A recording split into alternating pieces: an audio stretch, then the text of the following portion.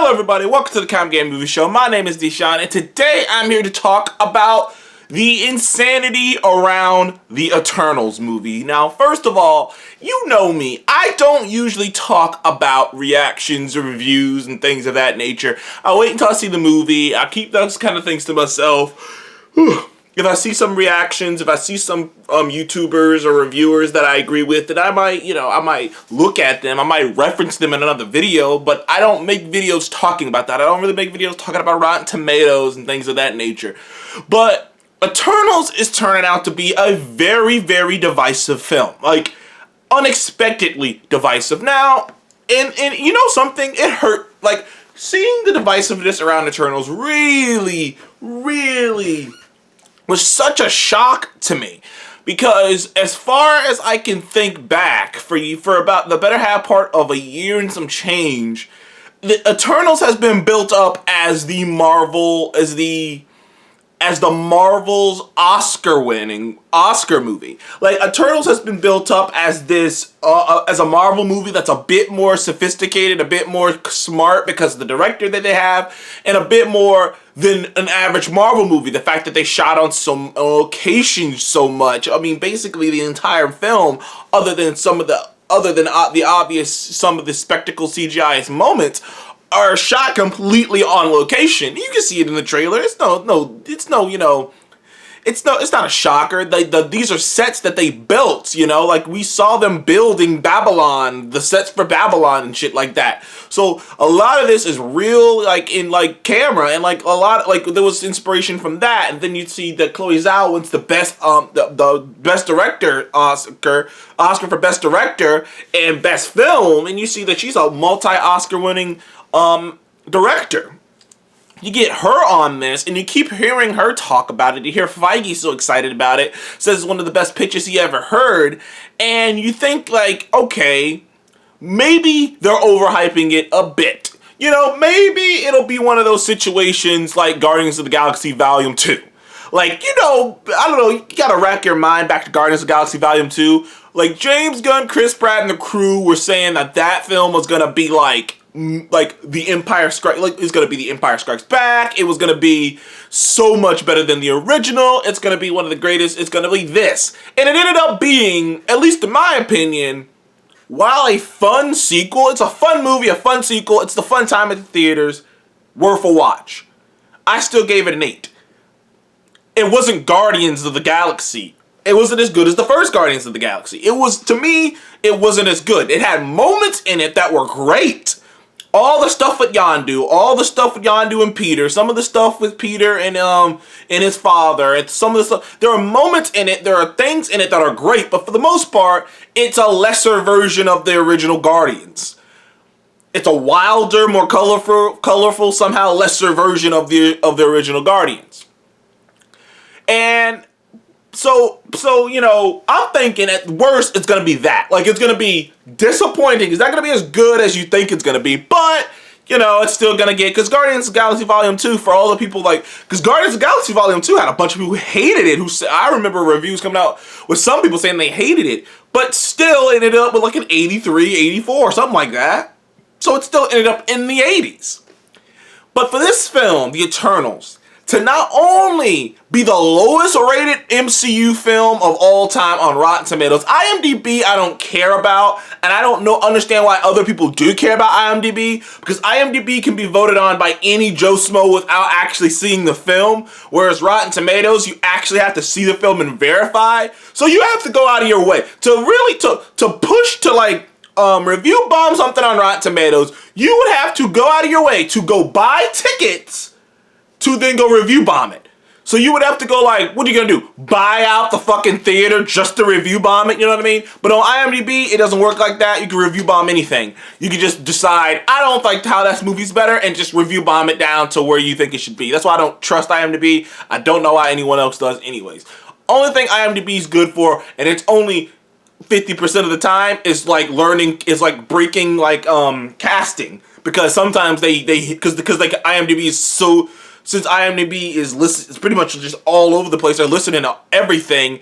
It does help. They do hit things, and then they put it on there, and sometimes people don't even notice it. But other than that, I don't really trust IMDb. But this film, Eternals, is hovering between 60% and 58% fresh. That is insane in the membrane. And when I first saw that the Eternals had a 75%, I was like, damn, that was a shocker to me. That was shocking and disappointing, but I'm like, okay.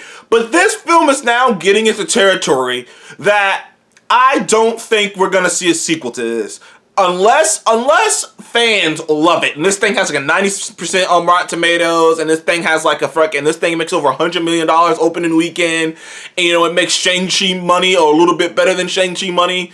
Unless it does that, this thing ain't getting a sequel. There has never been, and this is just a bit of trivia for you, something that people don't really pay attention to. There has never been an MCU movie that has gotten lower than an 80 on Rotten Tomatoes.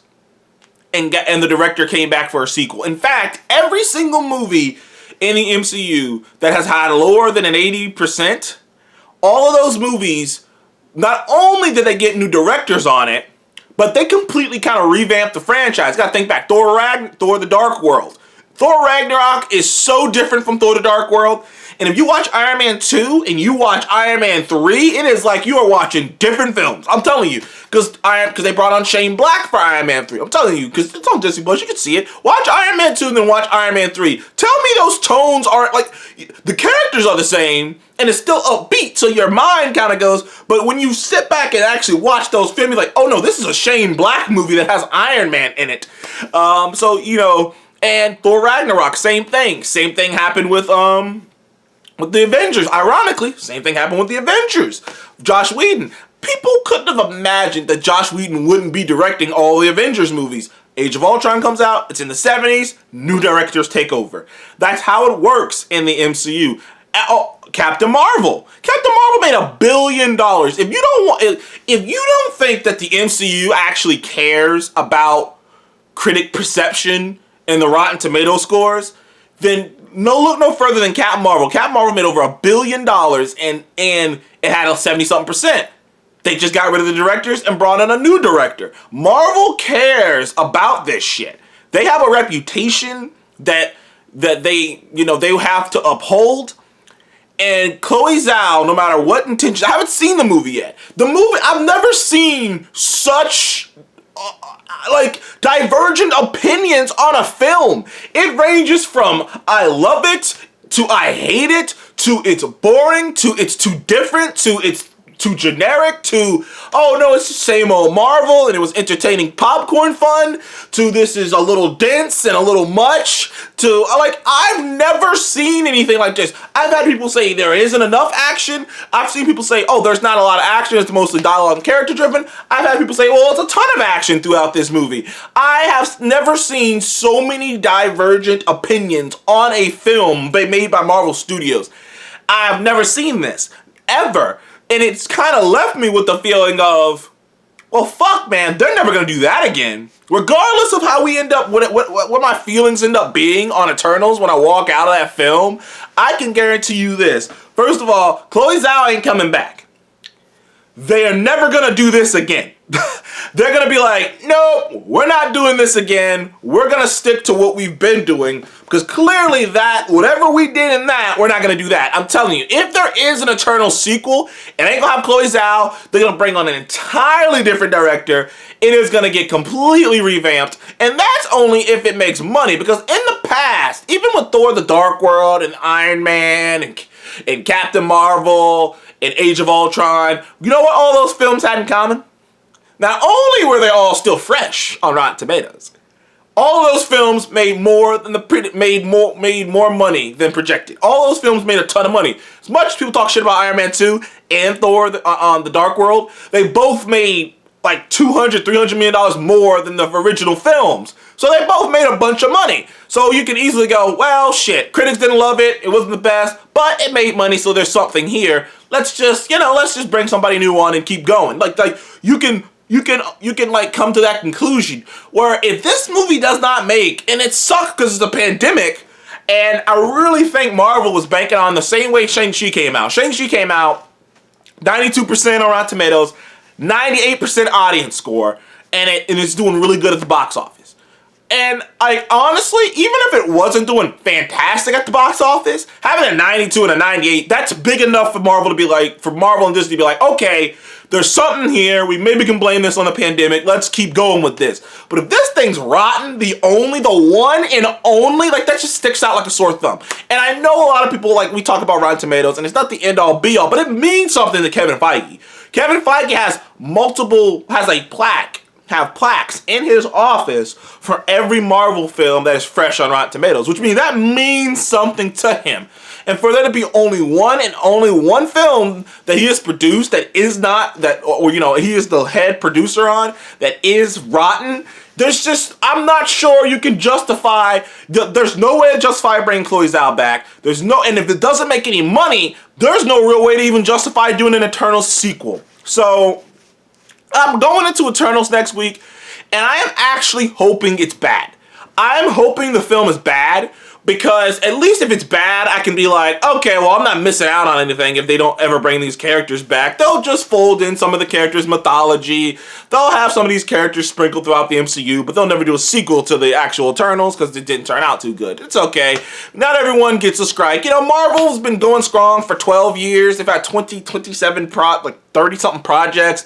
And if you only got one project out of 30-something projects that's rotten on Rotten Tomatoes, you're doing something right. 1 out of 30-something is a crazy fucking score. It's like going undefeated in the regular season and losing one game at the end of the regular season, and you're still going into the playoffs as the top seed. It's like, we're still the best. We just lost one game. So it's okay. I'm hoping it's bad. And this sounds terrible, but I'm hoping it's bad, because if it isn't bad, then I'm just going to be upset that it got crapped on, and I'm not going to see these characters again because it's gotten such bad reviews, and it hasn't made any money, that I'm like, well, we're never going to see these characters again. It's going to be really sad, and like Eternals I don't want Eternals to, in my mind, join the rest of these other comic book films that I never thought would have come from Marvel, join the rest of other films that, like, comic book films that people didn't like, but had an audience, like a Dread and things of that nature,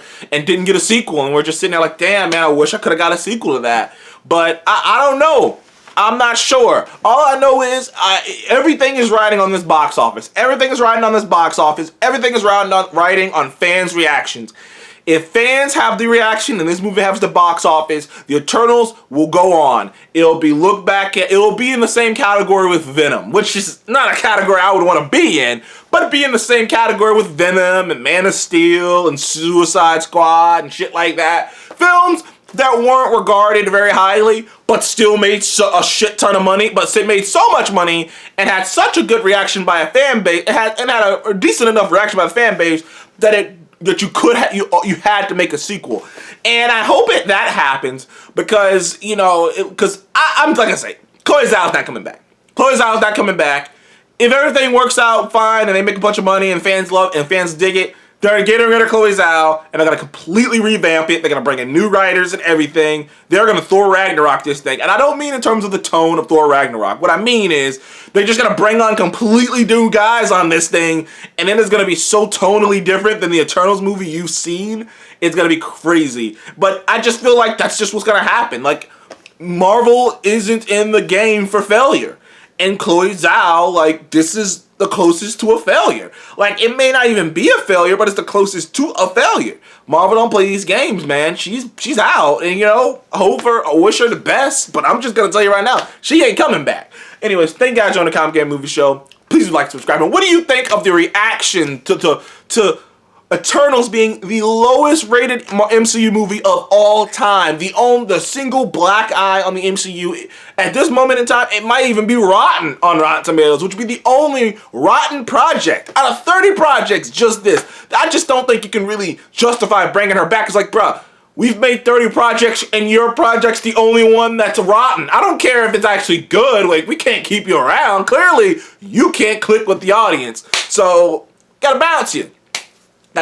Anyways, thank you guys for joining the Comic Game Movie Show. Please like, subscribe, and I will see you guys on the next one. Goodbye.